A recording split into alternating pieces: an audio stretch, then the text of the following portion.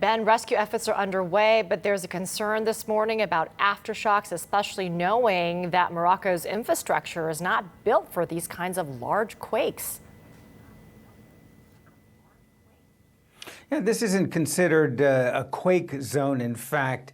And one of the problems is that this earthquake, which happened at 13 minutes after 11 p.m. on Friday, really the epicenter was 45 miles southwest of Marrakesh in the high Atlas Mountains. Now, I've been up there. There are lots of remote villages, very traditional. Some of the architecture just is not designed to resist this kind of earthquake. So as you said, the death toll at this point has reached 1,037 with 721 critically injured people, and those numbers are expected to increase as the rescue effort picks up pace.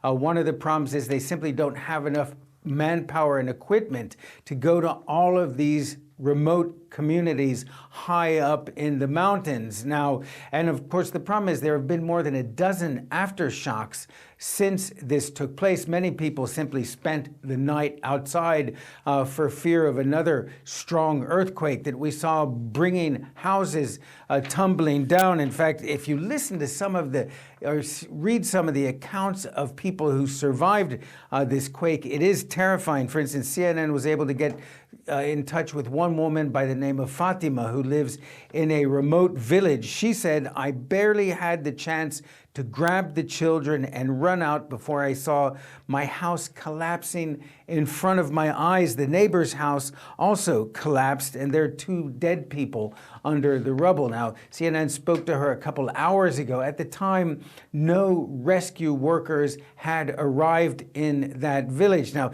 there has been an outpouring of assistance. We've seen, for instance, that France is mobilizing firefighters to be sent to Morocco. The United Arab Emirates has opened what it's called an air bridge to send in supplies and rescue workers. Israel, as well as also the Palestinians. Turkey says that they're going to assemble a team of more than 250 people with 1,000 tents to try to help out in this disaster. And even Algeria, which cut its ties with Morocco last year, says it's now going to open its airspace to allow all of this assistance to fly into Morocco. But time is of the essence. Anybody who's covered earthquakes knows that you have 24 to 48 hours to really rescue those people who are still alive under the rubble. And after that, the situation becomes ever more difficult when it comes to finding survivors in these circumstances.